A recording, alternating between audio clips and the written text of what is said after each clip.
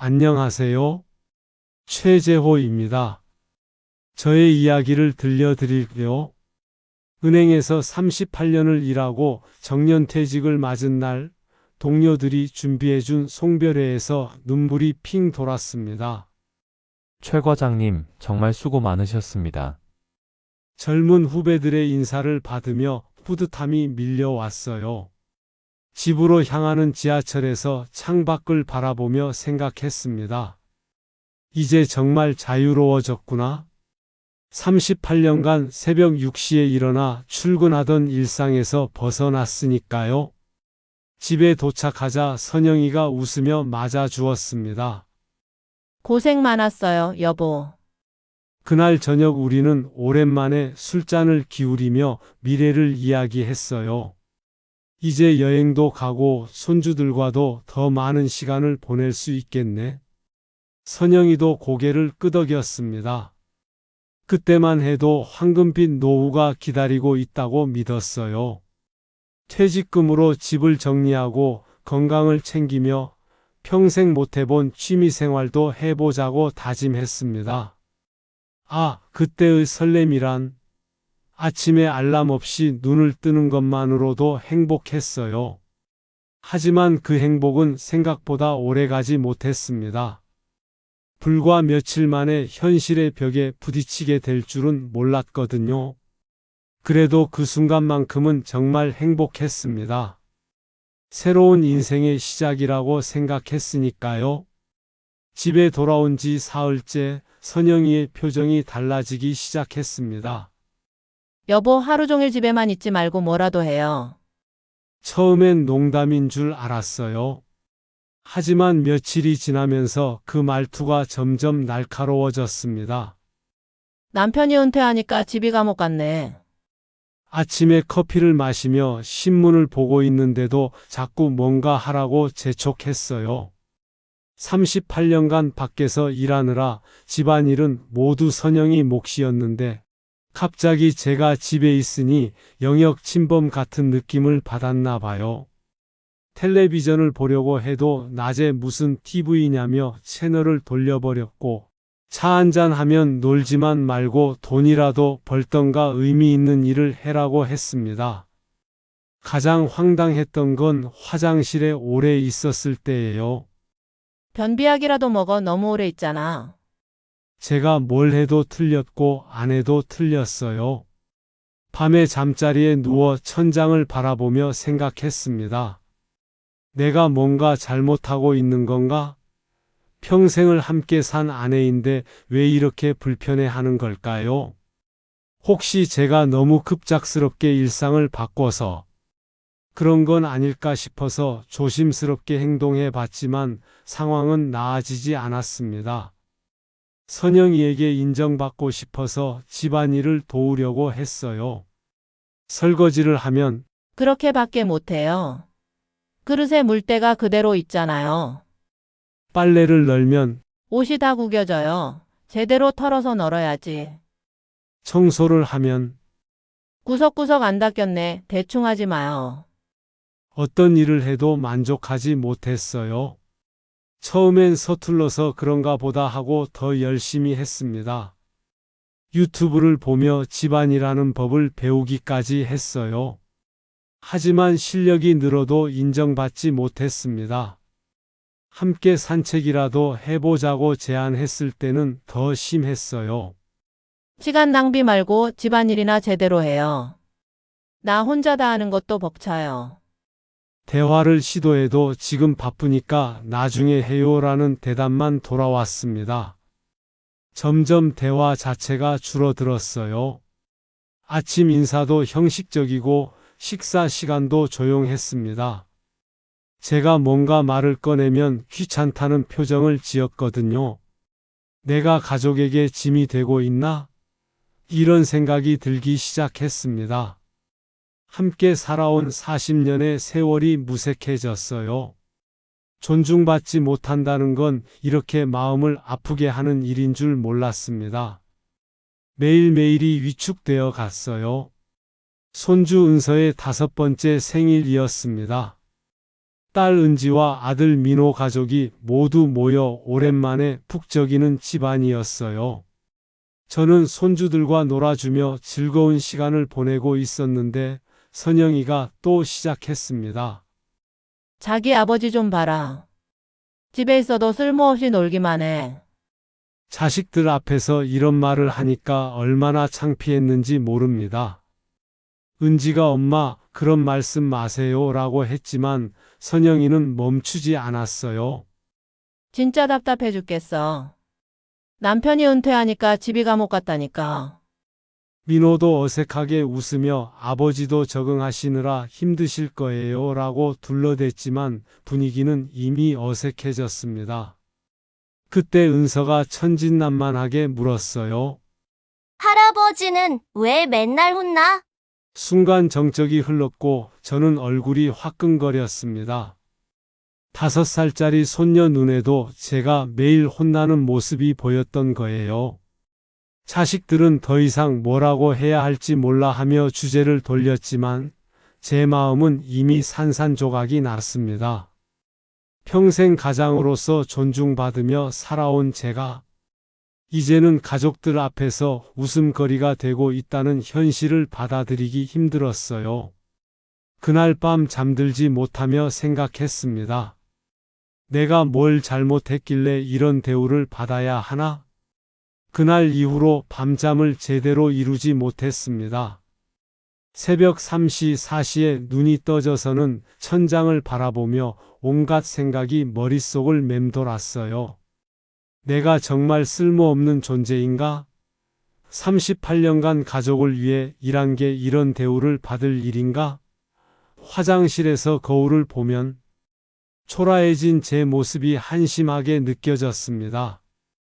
깊어진 주름살과 성긴 머리카락, 구부정해진 어깨를 보며 내가 정말 늙었구나 실감했어요. 그동안 일에 몰두하느라 제 모습을 제대로 들여다볼 겨를이 없었는데 이제 와서 보니 저도 모르게 노인이 되어 있었던 거예요. 식욕도 떨어지고 의욕도 없어졌습니다. 아침에 일어나도 할 일이 없으니 침대에서 뒤척이기만 했어요. 예전 동료들이 안부 전화를 해도 잘 지내고 있다고 거짓말했습니다. 실상을 말하기엔 너무 창피했거든요. 우울감이 깊어질수록 선영이와의 대화는 더욱 줄어들었어요. 저는 기계적으로 알겠어, 미안해만 반복했습니다. 이게 내가 바라던 노후인지 자꾸 의문이 들었어요. 평생 성실하게 살아온 제가 왜 이런 대우를 받아야 하는지 이해할 수 없었습니다. 존재 자체를 부정당하는 것 같은 기분이었어요.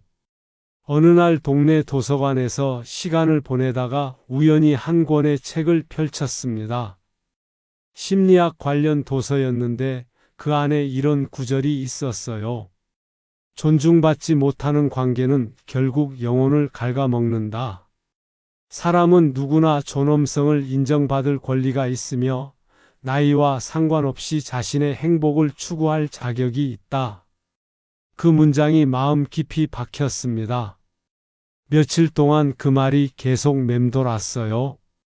도서관에서 관련 서적들을 더 찾아 읽으며 생각을 정리했습니다. 황혼 이혼에 관한 기사들도 검색해 봤어요. 생각보다 많은 노년층 부부가 비슷한 고민을 하고 있다는 걸 알았습니다. 용기를 내어 변호사 사무실에 전화를 걸어 상담 예약을 잡았어요. 손이 떨렸지만 혹시 68세도 이혼 상담이 가능한가요? 라고 물었습니다. 물론입니다. 언제든 오세요 라는 답변을 듣고 조금 안심이 됐어요. 상담 전날 밤 거울을 보며 스스로에게 말했습니다. 최재호, 당신도 행복할 권리가 있어? 이혼이라는 단어가 여전히 두렵고 낯설었지만 이대로 살 수는 없다는 확신이 들었어요. 변화의 첫 걸음을 내딛기로 마음먹었습니다. 자유로운 노후, 존중받는 삶을 위해서 말이에요. 변호사 상담을 받은 지 일주일 후 드디어 자식들에게 말할 결심을 했습니다. 은지와 민호를 따로 불러 조용한 카페에서 만났어요. 아버지가 드릴 말씀이 있어서 불렀다. 두 아이의 표정이 진지해졌습니다. 사실 요즘 어머니와 사이가 많이 힘들어 서로 존중하지 못하고 살고 있는 것 같아. 처음엔 가벼운 부부 갈등 정도로 생각했던 모양이에요. 하지만 제가 구체적으로 상황을 설명하자 표정이 점점 심각해졌습니다. 아버지가 얼마나 힘드셨을지 이해해요. 라고 은지가 말했어요. 민호는 그래도 이혼까지는 라고 했지만 제 진심 어린 고백을 듣고는 달라졌습니다. 아버지, 평생 가족을 위해 희생하셨잖아요. 이제는 아버지 행복을 생각하셔도 돼요. 은지의 말에 눈물이 핑 돌았어요. 우리는 아버지의 선택을 지지할게요. 대신 후회하지 않을 결정인지 다시 한번 생각해 보세요. 자식들의 이해와 지지를 받으니 마음이 한결 가벼워졌습니다. 그들도 제가 집에서 받는 대우를 어느 정도 알고 있었던 거예요. 손주들은 어떻게 설명하죠? 민호의 질문에 답했습니다. 할아버지가 더 행복하게 살기 위해서라고 하자. 아이들도 이해할 거야. 그날 집으로 돌아가며 생각했어요. 자식들의 지지를 받으니 제 결정이 틀리지 않았다는 확신이 들었습니다. 이혼 절차를 마치고 작은 전셋집으로 이사했습니다. 40년 넘게 함께 살던 집을 나서는 순간 복잡한 감정이 밀려왔어요. 섭섭함과 동시에 홀가분함도 느껴졌습니다. 새 집은 작지만 온전히 제 공간이었어요. 처음엔 모든 게 어색했습니다. 빨래하는 법부터 다시 배워야 했거든요. 세탁기 사용법을 인터넷으로 찾아보고 요리도 유튜브를 보며 따라 했어요. 계란 후라이부터 시작해서 간단한 볶음밥까지 하나씩 늘어가는 요리 실력에 뿌듯함을 느꼈습니다. 생활비를 보태려고 동네 서점에서 아르바이트를 시작했어요. 처음엔 68세의 아르바이트라니 부끄러웠지만 막상 해보니 의외로 보람 있었습니다. 젊은 사장님은 어르신 덕분에 서점 분위기가 한결 따뜻해졌다고 했어요.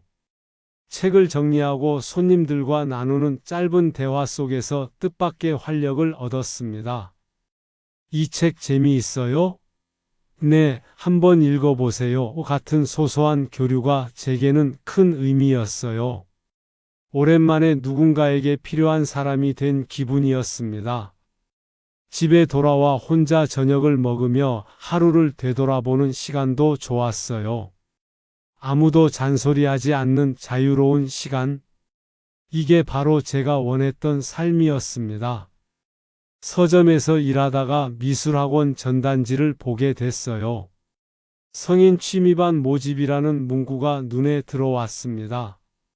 젊었을 때부터 그림에 관심이 있었지만 생계에 바빠서 못했던 일이에요. 용기를 내어 학원에 등록했습니다. 첫날 가보니 저와 비슷한 연령대의 사람들이 여럿 있었어요. 저희도 새로 시작하는 거예요 라며 친근하게 인사하는 분들 덕분에 금세 적응했습니다. 처음 붓을 잡았을 때의 설렘이란 서툰 붓질이었지만 캠퍼스에 색을 칠할 때마다 마음속 무언가가 표현되는 느낌이었어요. 선생님은 나이가 들어서 시작하는 그림이 더 깊이가 있다고 격려해 주셨습니다. 첫 작품은 집 앞 공원 풍경이었어요. 어설픈 그림이었지만 액자에 넣어 벽에 걸어두니 뿌듯했습니다. 학원 동료들과 함께 전시회도 보러 다니고 때로는 커피를 마시며 수다를 떨기도 했어요.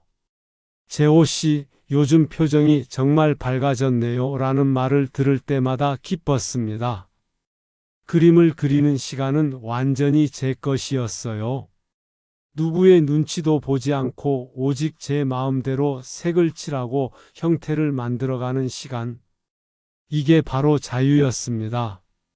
새로운 친구들, 새로운 취미, 새로운 삶.